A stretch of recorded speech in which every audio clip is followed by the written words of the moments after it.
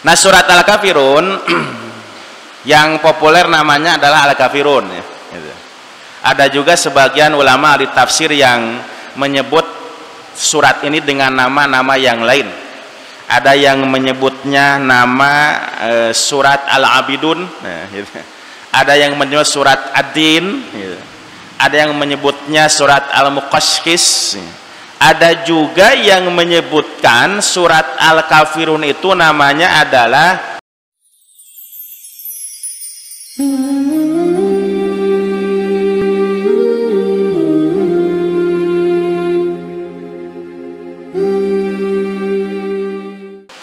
Nah, surat Al-Kafirun yang populer namanya adalah Al-Kafirun ya. Gitu.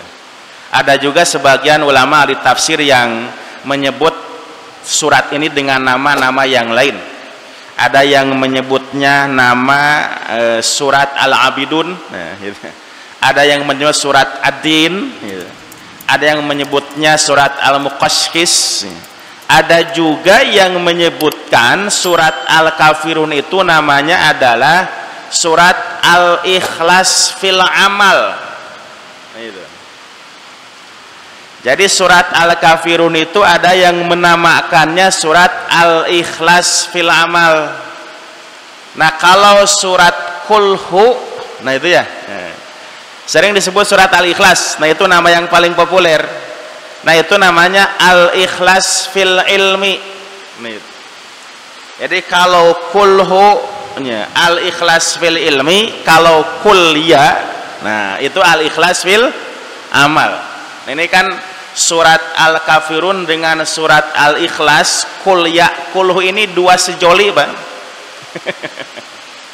Di antara surat yang memang dalam prakteknya sering orang membacanya bareng gitu. Kalau sudah baca Kulya, kesananya Kulhu. Nah, itu. Tapi itu bukan cuma kita sebetulnya ya. Bukan cuma masyarakat awam dalam pengertian yang memiliki keterbatasan hafalan misalnya, atau ingin memanfaatkan surat-surat yang pendek dalam setiap sholatnya baca Kulya dan Kulhu.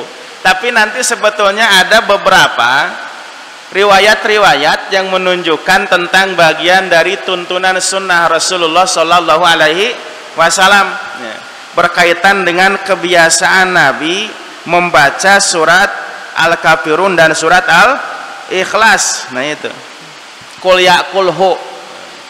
Kurang sering Pak ngaos Kulya Kulhu? Iraha dah. Nah, kalau di kita kan banyak orang yang hampir setiap sholat baca Kulya dan Kulhu ya, maghrib Kulya Kulhu, isya Kulya. Bahkan hampir setiap sholat yang jadi kokojo teh Kulya Kulhu, Pak. Nah, sebetulnya sah-sah saja ya, tidak jadi masalah. Nah, kecuali nanti ya, idealnya kalau kita baca Quran dalam sholat itu yang Al-Quran menyebutkan matayassara minal Quran ya. Jadi jangan beralasan begini, kunaon sholatnya maca Kulya jeung Kulhu wae, da eta anu gampang nah gitu. Kan Al-Qur'an mengatakan faqra matayassara minal Qur'an, maka bacalah apa yang mudah dari Al-Qur'an. Nah, saya mah gampang nah Kulya jeung Kulhu. Nah, tapi nanti mestinya ada peningkatannya untuk menambah koleksi hafalan-hafalan Quran itu. Nah, di luar keterbatasan kemampuan orang misalnya menguasai hafalan Al-Qur'an, terbatas Kulya dan Kulhu. Nah, ada beberapa riwayat yang menunjukkan tentang sunnah Nabi ya, dalam sholat, bahwa Rasulullah ada dalam beberapa kesempatan sholat itu sering membiasakan membaca Kulya dan Kulhu. Nah, dulu pernah saya bahas ya waktu menafsirkan surat Al-Ikhlas ya. Jadi kebiasaan Nabi baca Kulya dan Kulhu itu di sholat apa, Pak? Sholat? Nah, sholat sunnah qobliyah subuh. Nah, itu. Jadi sholat sunat qobla subuh. Nah, jadi itu Nabi hampir rutin, hampir setiap hari ya. Jadi kalau sunat qobla subuh itu baca rakaat pertama Al-Kafirun, rakaat keduanya Al-Ikhlas. Nah, kemudian riwayat yang lain menyebutkan kalau Nabi di qobla subuh tidak baca Al-Kafirun, tidak baca Al-Ikhlas, maka gantinya Al-Kafirun surat apa? Emot kan Jadi kalau nggak baca surat Al-Kafirun di rakaat pertama, maka Nabi bacanya surat Al-Baqarah ayat 136. Nah itu. Qulu amanna billahi wa ma unzila ilaina wa ma unzila ila Ibrahima wa Ismaila wa Ishaqa wa Yaqub wal asbat wa ma utiya Musa wa Isa wa ma utiyan nabiyyuna mir rabbihim la nufarriqu baina ahadim minhum wa nahnu lahu muslimun. Ta eta pagentosna kulya teh. Jadi kalau tidak baca kulya ya baca Al-Baqarah 136. Nah kalau nggak baca kulhu al-ikhlas di rakaat kedua, maka Nabi baca surat Ali Imran ayat 64. Qul ya ahlal kitabi ta'alau ila kalimatin sawa'im bainana wa bainakum alla na'budu illallah wa la nusyrika bihi syai'a wa la yattakhidha ba'duna ba'dan arbabam min dunillah fa in tawallau faqulu syhadu bi anna muslimun. Nah itu gantinya kulhu ya. Jadi kalau nggak baca kulhu maka baca surat Ali Imran ayat 64. Osok Pak dipraktekeun. Nah supados hafal biasakan. Jadi kalau qabla subuh kita rakaat pertamanya sekali-kali tuh ya, sekali baca kuliah, sekali baca Al-Baqarah, sekali baca qul, sekali baca Ali Imran. Nah gitu supaya menjadi biasa. Nah kemudian di riwayat lain Rasulullah membaca surat kuliah dan qul itu termasuknya adalah ketika beliau melaksanakan sholat di makom Ibrahim ya.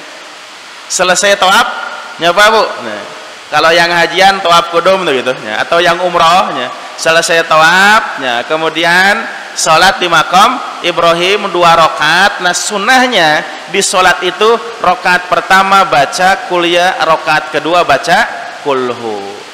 Nah termasuk ada riwayat yang lain yang menyebutkan kebiasaan Nabi membaca kuliah dan kulhu itu adalah di 2 rakaat terakhir sholat witirnya Pak. Nanti ada riwayat hadis yang menyebutkan ya, kalau witirnya 3 rakaat dan itu formasi sholat malam Rasulullah, nah itu 4-4-3 itu, nah itu.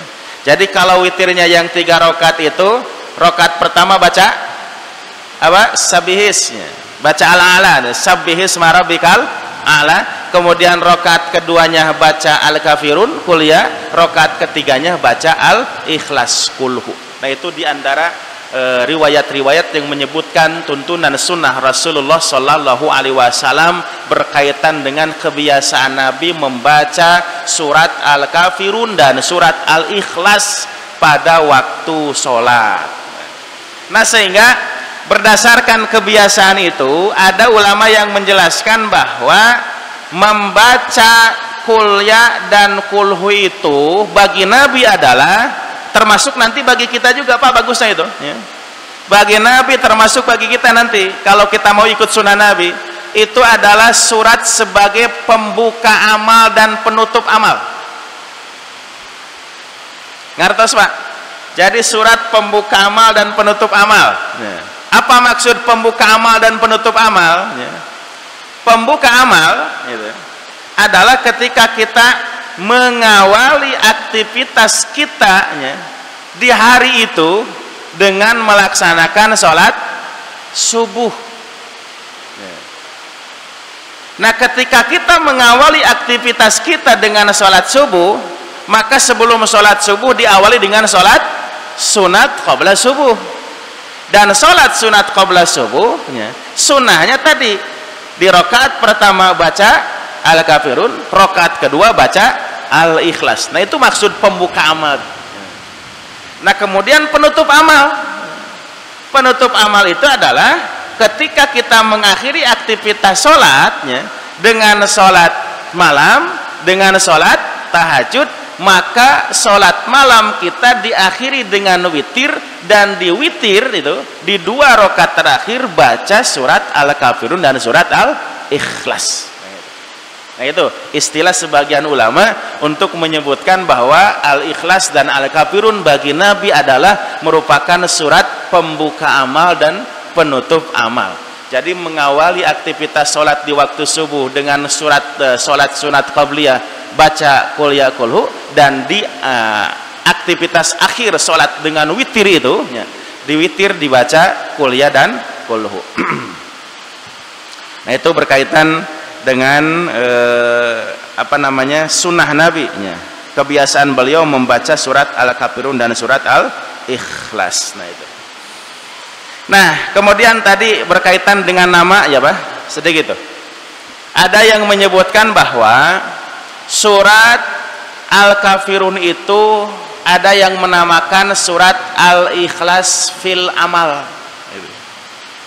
Kalau kulhu Al-Ikhlas fil ilmi. Nah, maksud ikhlas fil amal, ikhlas fil ilmi. Kalau surat kulhu disebut ikhlas fil ilmi adalah ketika kita mengikhlaskan akidah kita, membersihkan akidah dan keyakinan kita dengan tauhid, itu cukup dengan ilmu, Pak. Ketika orang meyakini bahwa Allah itu adalah Ahad, Allah itu Tuhan yang Maha Esa, kemudian Allah itu adalah As-Somad, tempat bergantung, Allah itu lam yalid walam yulad, tidak pernah beranak, tidak juga diperanakan, walam yakul lahu kufuwan ahad, dan tidak ada yang setara dengannya. Nah, membangun keyakinan tauhid ini Pak, sebetulnya orang dengan akal dan dengan ilmunya cukup. Nanti akan banyak bukti-bukti yang bisa menunjukkan tentang keesaan Allah itu. Nah, kalau Al-Ikhlas fil amal, surat Al-Kafirun, jadi orang mengikhlaskan ketika sudah meyakini bahwa Allah itu adalah Tuhan satu-satunya yang kuasa menciptakan segala hal termasuk dirinya, maka dialah satu-satunya Tuhan yang wajib disembah. Nah itu namanya ikhlas fil amal. Nah kadang nanti ada orang yang ketika meyakini ketauhidan dengan ilmunya itu sangat mudah, tapi ingin mentauhidkan Allah dengan amalnya itu tidak mudah, Pak. Jadi ada orang yang bisa yakin bahwa Allah itu adalah Tuhannya, tapi untuk meninggalkan kebiasaan-kebiasaan yang bisa menunjukkan bahwa dia orang yang tidak bertauhid kepada Allah itu tidak mudah.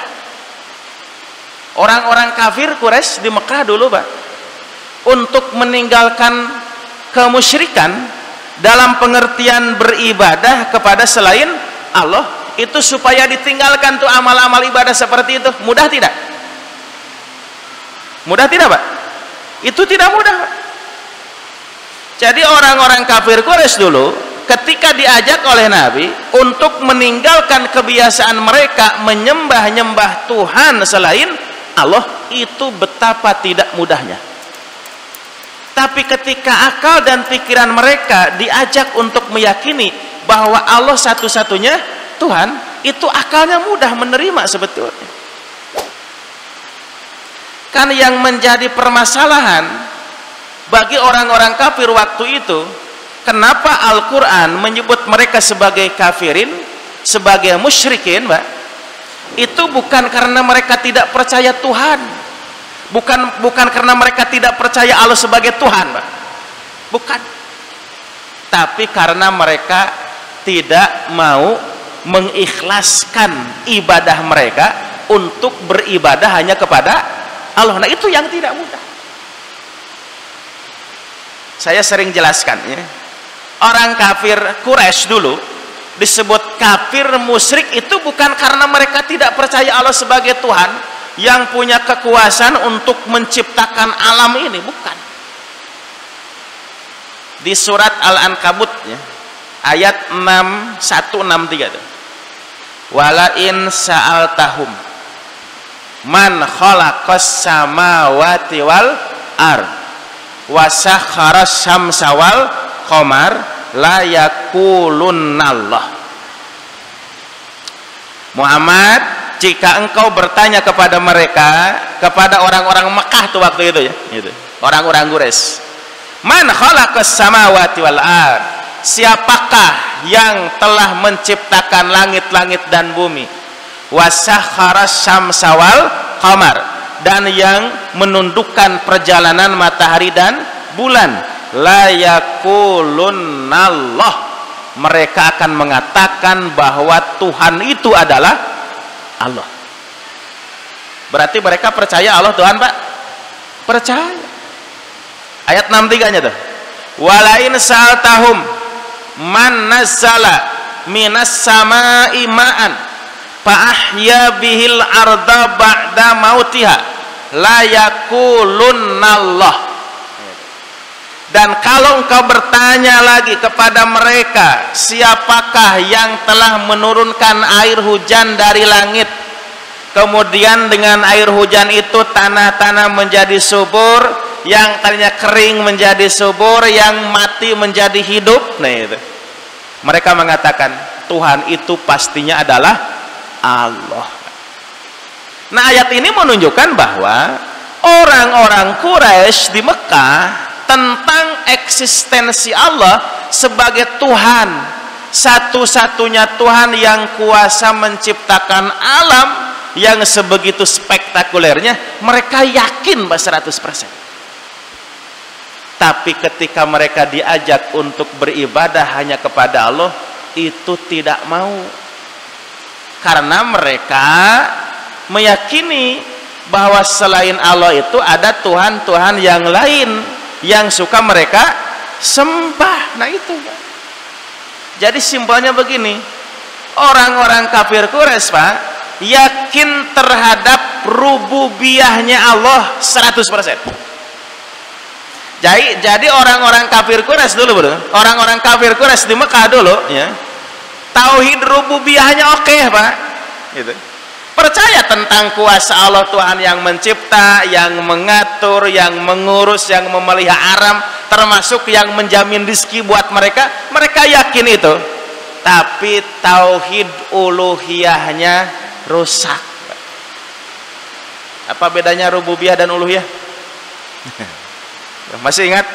Nah, kalau orang tauhid rububiyah itu orang meyakini bahwa Allah lah satu-satunya Tuhan yang kuasa untuk mencipta alam, mengatur, mengurus, memeliharanya. Nah, kalau tauhid uluhiyah adalah keyakinan bahwa hanya satu-satunya Allah yang wajib disembah, yang wajib diibadahi. Jadi orang-orang Mekah dulu tauhid rububiyahnya oke, Pak. Tapi uluhiyahnya yang rusak tuh. Mereka percaya Allah sebagai Tuhan yang kuasa mencipta alam, tapi beribadahnya bukan kepada Allah. Kan kalau tauhid uluhiyah mereka meyakini la ilaha illallah. La ilaha illallah sering dijelaskan oleh para ulama, maksudnya adalah la ma'buda. Salah satunya itu makna la ilaha illallah, salah satunya adalah la ma'buda illallah, tidak ada Tuhan yang patut untuk disembah kecuali hanya Allah. Nah ini orang-orang Quraisy, mereka rusak tauhid uluhiyahnya. Dan ketika mereka diajak oleh Nabi, Pak, ya, untuk meyakini bahwa Allah Tuhan yang kuasa mencipta, kuasa memelihara, mengatur, mengurus alam ini, mereka percaya 100%. Akalnya mereka meyakini itu. Tapi ketika diajak untuk beribadah hanya kepada Allah, meninggalkan kemusyrikan, meninggalkan Tuhan-Tuhan yang sering mereka sembah semacam Lata, Uzza, Manat dan Hubal, mereka tidak mudah untuk meninggalkannya. Mereka tidak mudah untuk menerimanya. Jadi kadang orang ikhlas dengan ilmunya mudah, Pak, tapi ikhlas dengan amalnya tidak mudah. Jadi ikhlas dengan ilmunya mudah, tapi ikhlas dengan amalnya tidak mudah. Jadi lamun orang Quraisy baheula, Pak, ya, mereka yakin Allah satu-satunya Tuhan, tapi untuk meninggalkan kemusyrikan tidak mudah. Jadi ninggalkan kebiasaan teh hese-nya, Pak, sanajan geus boga ilmuna. Punten, siga ahli bid'ah, Pak, Saya yakin banyak orang-orang yang mengamalkan amalan-amalan ibadah yang tidak ada tuntunan sunnahnya dari Nabi, mereka itu paham bahwa itu adalah amalan yang tidak sesuai dengan tuntunan sunnah. Ilmunya sampai, Pak. Tapi kenapa mereka tidak mudah untuk meninggalkannya, Pak? Tapi karena itu sudah menjadi kebiasaan.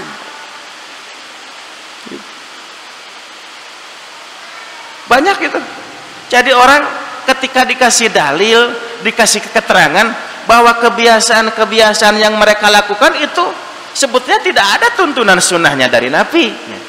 Bahkan bisa disebut itu bukan ibadah, bid'ah-bid'ah itu. Akalnya bisa menerima, Pak. Ilmunya bisa menerima, tapi untuk meninggalkan kebiasaan itu tidak mudah. Kunaon? Sabab geus jadi kebiasaan tak gitu.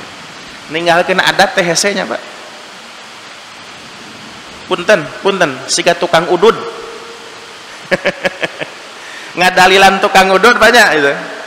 Kahartieun teh. Kahartieun, Pak, tapi hese ninggalkeun itu. Kenapa? Itu sudah menjadi kebiasaan. Nah, jadi orang-orang kafir Quraisy dulu diajak untuk berikhlasnya, untuk ikhlas dalam beramal, untuk ikhlas dalam beribadah. Nah, itu tidak mudah. Kalau ikhlas dalam ilmunya, bisa jadi mereka paham Allah satu-satunya Tuhan dengan kekuasaannya, tapi untuk memfokuskan ibadah mereka hanya kepada Allah itu tidak mudah. Dan itu pun yang menjadi tantangan berat bagi Rasulullah Shallallahu Alaihi Wasallam dalam mendakwahi orang-orang kafir Quraisy, Pak. Pak, Bu, ketika orang-orang Quraisy dulu di Mekah diajak untuk meyakini Allah satu-satunya Tuhan, mudah percaya nggak? Mudah, Pak. Dikasih keterangan Allah itu Tuhan yang Maha Esa, itu surat Al-Ikhlas tuh ya. Allah itu satu-satunya Tuhan, Allah itu tempat bergantung, Allah itu tidak beranak, tidak diperanakan, bahwa dengan kekuasaannya itu tidak ada yang setara dengan Allah. Pokoknya mah moal bisa disaruakeun jeung nanaon Allah mah. Pak, mudah orang-orang kafir meyakini itu. Tapi ketika Nabi mengajak mereka untuk meninggalkan kemusyrikan, Pak, itu yang tidak mudah. Kalau dalam konteks dakwah begini, dakwah, Pak, kan yang namanya dakwah itu tidak lepas dari dua aktivitas ya. Satu amar ma'ruf, dua nahi munkar. Dakwah, Pak, kalau sekedar amar ma'ruf itu mudah. Yang tidak mudah itu adalah nahi munkar, Pak. Sok raos. Kalau orang berdakwah hanya sebatas beraktivitas melakukan amar ma'ruf, ngajak kana hade, mengajak kepada kebaikan, kemudian orang tidak mau, palingnya tidak ikut kan, tengah gugu cukup siga kitu. Tapi kalau nahi munkar, Pak, ngagenggereuhkeun, ya, mencegah orang yang berbuat kemunkaran supaya berhenti dari kemunkarannya, itu tidak mudah dan beresiko. Jelema digenggereuhkeun tina maksiat, mapa bisa ngajak gelutnya. Lamun jami diajak kana pangaosan, Pak, alimun paling cicing teh init ka masjid. Tapi lamun urang ngagenggereuhkeun jelema keur judi, keur maboknya, pan itu kebanyakan orang tidak menerima, Pak. Dan itu sama yang dilakukan oleh Nabi ketika berdakwah. Yang tidak mudah itu bukan mengajak mereka meyakini Allah satu-satunya Tuhan. Yang tidak mudah dalam dakwah Nabi adalah menghentikan kebiasaan orang-orang musyrik untuk menyembah-nyembah Tuhan selain Allah. Nah, itu Pak, resiko dakwah. Dan semua Nabi ketika berdakwah dan harus siap menghadapi risiko ketidaksukaan, ya, kebencian, atau paling tidak didustakan oleh umatnya. Kapan itu? Di saat Nabi itu melarang mereka untuk kufur dan musyrik kepada Allah.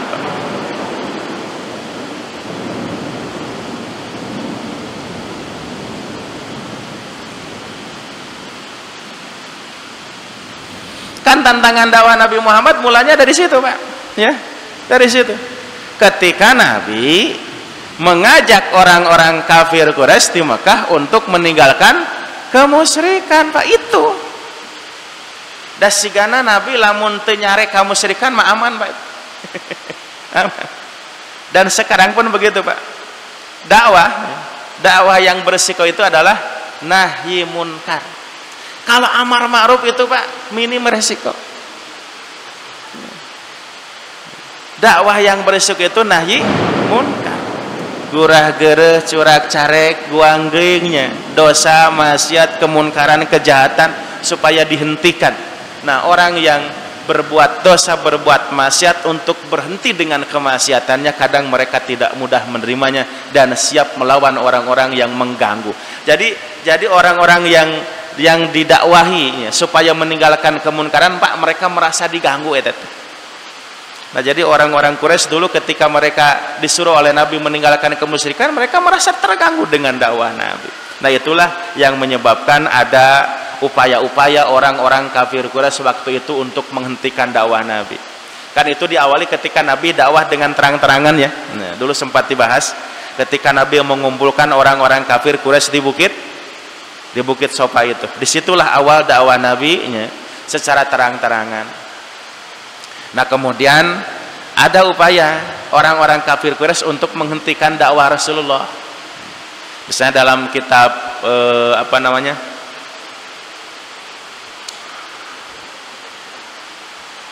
kelengkapan tarikh ya, Khalil Munawar Khalil, maaf ya.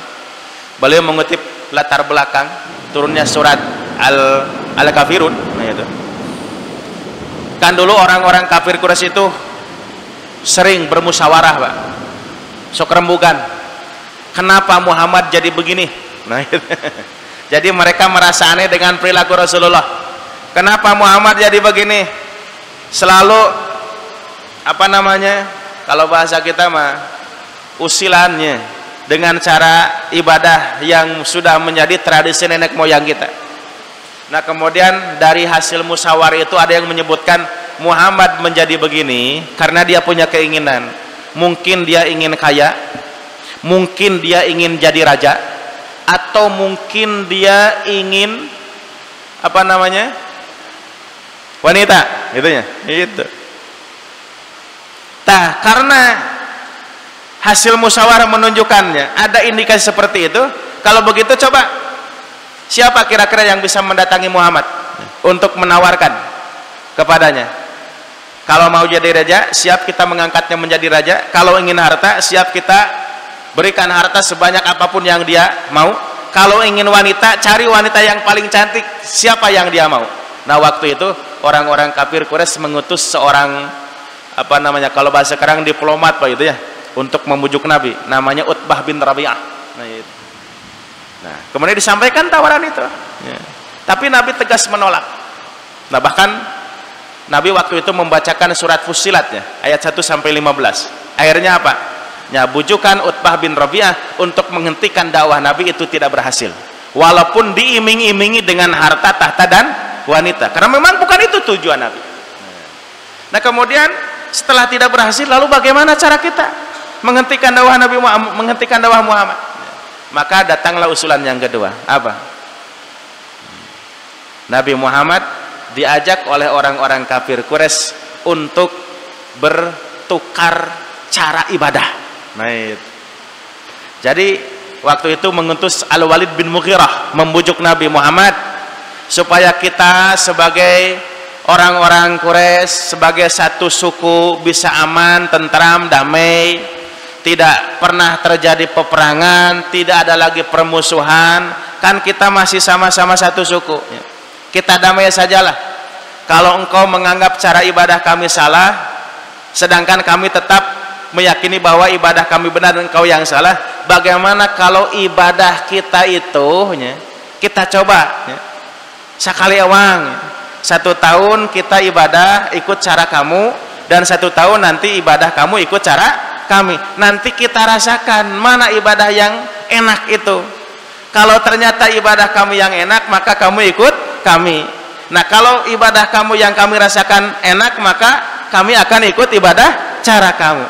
Nah maka disitulah turun surat Al-Kafirun, Pak. Qul ya ayyuhal kafirun la a'budu ma ta'budun wala antum 'abiduna ma a'bud wala ana 'abidum ma 'abattum wala antum 'abiduna ma a'bud lakum dinukum waliyadin. Artinya apa, Pak? Ayat ini, surat ini turun untuk menegaskan bahwa urusan akidah, urusan ibadah itu tidak bisa dikompromikan antara satu keyakinan dengan keyakinan yang lain. Jadi kalau sudah berkaitan dengan urusan ibadah, maka tidak ada namanya tasamuh. Ya. Apa tasamuh teh? Toleransi. Ya.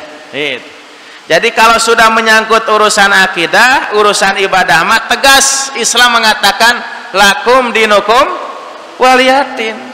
Untukmu agamamu dan cara ibadah kamu, dan untukku agamaku dan cara ibadahku. Tegas, Pak.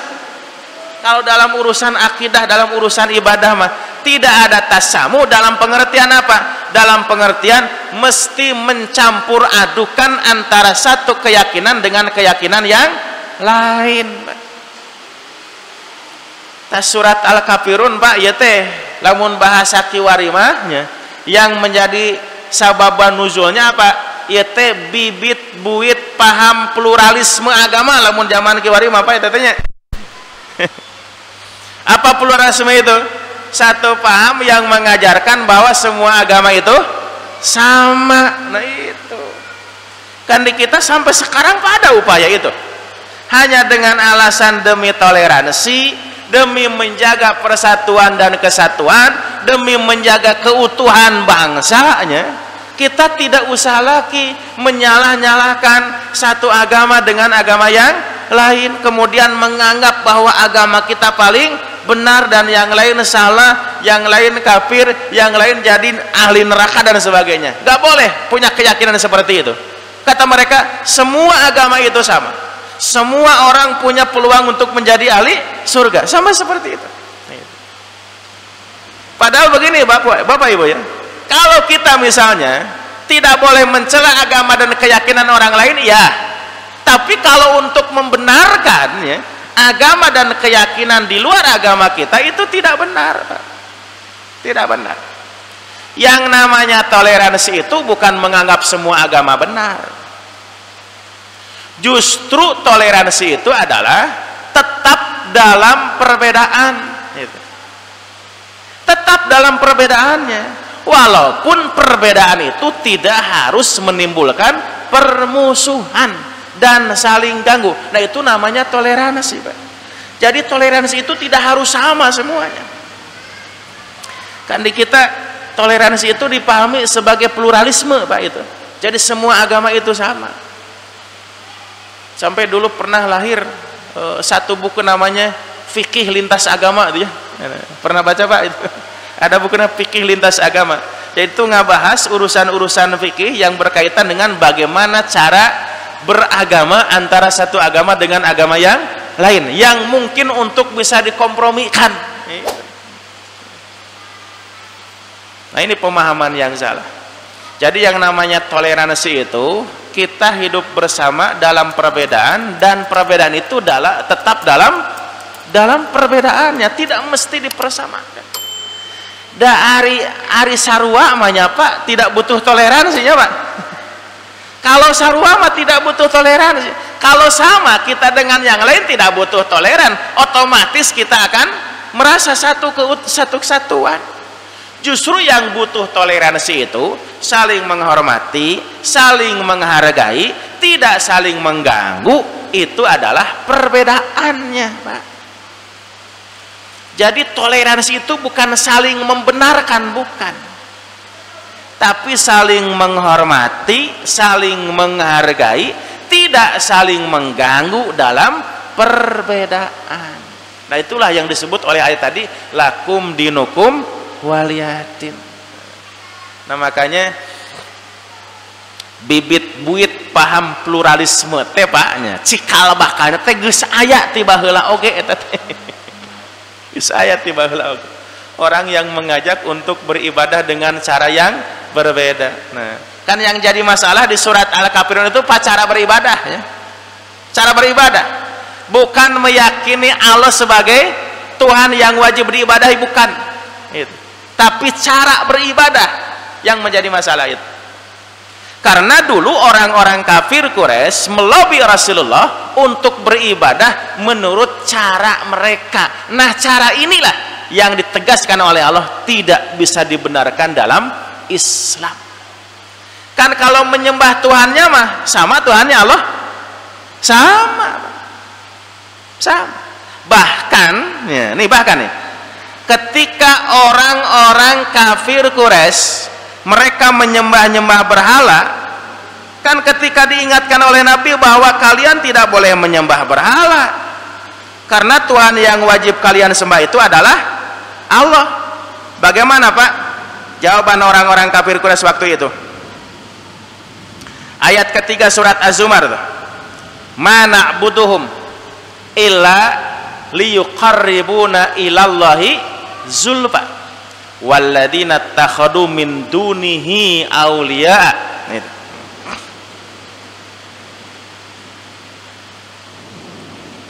Surat Az-Zumar ayat ketiga ya. Surat ke-39. Ala lillahid dinul khalis walladzina takhadu min dunihi awliya'a ma na'buduhum illa liyuqarribuna ilallahi zulfa. Dan orang-orang yang menjadikan Tuhan-Tuhan selain Allah lalu mereka menyembahnya, kemudian diingatkan oleh Nabi bahwa beribadah itu bukan menyembah Tuhan selain Allah. Dalam hal ini adalah orang-orang Quraisy dulu di Mekah, ketika diingatkan oleh Nabi untuk tidak menyembah Lata, Uzza, Manat, Hubal dan sebagainya. Bagaimana jawaban mereka Pak? Mana'buduhum, Muhammad, kami tidak menyembah berhala-berhala ini, tidak. Kalau sepertinya engkau lihat kami menyembah berhala-berhala, bukan. Kami mah hanya menjadikan berhala-berhala ini sebagai wasilah yang bisa mendekatkan kami kepada Allah sedekat-dekatnya, Pak. Pak, kalau kita beribadah kepada Allah kemudian kita membuat wasilah yang bisa mendekatkan kita kepada sedekat-dekatnya, boleh nggak Pak? Boleh nggak Pak? Mun orang tawasul itu orang tawasulan boleh nggak? Bu, kita boleh tawasul? Boleh. Dan Allah menyuruh tuh. Surat Al-Maidah ayat 35 kalau nggak salah. Ya ayyuhalladzina amanu taqullaha wabtagu ilaihil wasilah. Ya. Wahai orang-orang yang beriman, takwalah kalian kepada Allah dan carilah wasilah. Apa wasilah itu? Wasilah itu sesuatu yang bisa cepat menyampaikan keinginan kita kepada Allah. Teman-teman kita sering tawasul ya. Teman-teman sebelah tuh sering tawasul. Kenapa mereka sering tawasul? Maksudnya untuk mempercepat keinginannya supaya segera sampai kepada Allah. Boleh kita bertawasul? Boleh. Tapi nanti ada tawasul yang dibenarkan, yang masyru sesuai dengan aturan syariat. Ada juga tawasul yang gair masyru, yang tidak sesuai dengan aturan syariat. Kalau nggak salah saya pernah jelaskan dulu, tawasul yang masyhur itu satu tawasul dengan asma Allah ya. Ketika kita berdoa, panggil tuh nama-nama Allah yang baik. Walillahil asmaul husna fad'uhu biha. Yang kedua, tawasul dengan amal soleh. Nah, itu. Jadi boleh kita dengan bekal amal soleh kalau ingin mengadu kepada Allah, menyampaikan keinginan, bejakeun amal-amal soleh yang pernah kita lakukan. Yang ketiga, tawasul lewat orang soleh Pak. Tapi orang solehnya yang masih hidup. Nah itu. Jangan yang sudah meninggal. Nah kalau bertawasul lewat orang soleh yang sudah meninggal, itu tawasul yang goir masyru', yang tidak disyariatkan. Dulu sahabat sering bertawasul lewat Rasulullah ketika Rasul masih hidup. Tapi setelah Rasul meninggal, tidak lagi sahabat bertawasul lewat Rasulullah. Gak pernah Pak ada cerita, ada riwayat yang menyebutkan para sahabat berbondong-bondong datang ke kuburan Nabi kemudian bertawasul di situ. Gak ada riwayat kayak begitu. Karena mereka yakin setelah Rasul meninggal tidak dijadikan sebagai wasilah lagi kepada Allah. Dan mereka ganti wasilahnya yang menjadi koneksi yang bisa cepat menghubungkan keinginan mereka kepada Allah dengan sahabat-sahabat yang lain yang dianggap paling soleh di antara mereka. Nah, jadi boleh kita bertawasul. Nah, ketika orang-orang Quraisy dulu mereka mengatakan mena'buduhum illa liyuqarribuna ilallahi zulfa. Mereka itu Pak menjadikan berhala-berhala sebagai wasilah. Nah, itulah yang diluruskan oleh Nabi, bahwa ibadah itu tidak seperti itu caranya. Nah, jadi yang ingin diluruskan oleh Nabi itu cara, Pak. Cara mereka menyembah Allah, bukan keyakinan mereka kepada Allah sebagai Tuhan. Kalau keyakinan sudah tidak diragukan lagi tadi juga ya. Sudah tidak diragukan rububiyahnya mereka kepada Allah. Tapi yang mesti diluruskan apa? Uluhiyahnya mereka kepada Allah. Bagaimana cara beribadah mereka kepada Allah. Makanya nanti itu, nanti di surat Al-Kafirun itu ada 4 kali diulangnya, Pak. Qul ya ayyuhal kafirun la a'budu ma ta'budun, terus wala antum abiduna ma a'bud, terus wala ana abidum ma abattum, terus wala antum abiduna ma a'bud. Itu terus diulang-ulang Pak, bab ibadah nih. Ini sebagai taukid pengulangan ini. Kadang bagi kita kalau nggak konsentrasi membaca surat Al-Kafirun bolak-balik ya tetenya Pak. La a'budu ma ta'budun wala antum abidun. Karena memang diulang-ulang ini Pak. Diulang-ulang. Kenapa Pak urusan ibadah diulang-ulang? Nah, yang ingin ditegaskan di surat Al-Kafirun bab ibadahnya Pak. Bab ibadahnya, bab caranya. Kalau keyakinan tentang Allah sebagai Tuhannya tidak diragukan orang-orang kafir itu. Yang ingin ditegaskan lewat Al-Kafirun itu cara beribadahnya. Nah, nanti ada ulama yang menjelaskan di tafsir Pak.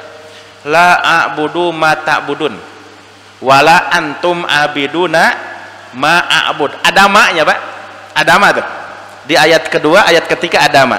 La a'budu ma ta'budun ma ta'budun wala antum abiduna ma a'bud. Terus ayat 4 ya ayat 45 tuh. Iya, 45 ya. Ayat 45 wala ana abidum ma abattum wala antum abiduna ma abud. Semuanya ada ma-nya, Pak. Semua ada ma ya. Nah, secara bahasa, Pak, ma yang ada di ayat 2 dan 3 dengan ma yang ada di ayat 4 dan 5 itu beda maknanya. Kalau ma di ayat 2 dan 3 itu ma mausulah atau masuk juga kategori lafad am dalam bahasa Arab. La a'budu ma ta'budun.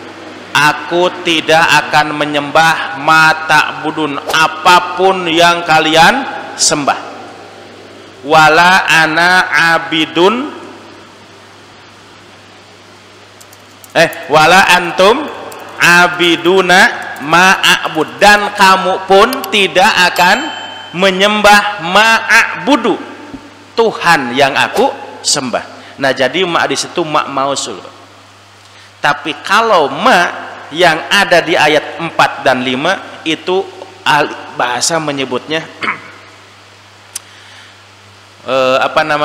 ma masdariyah gitu.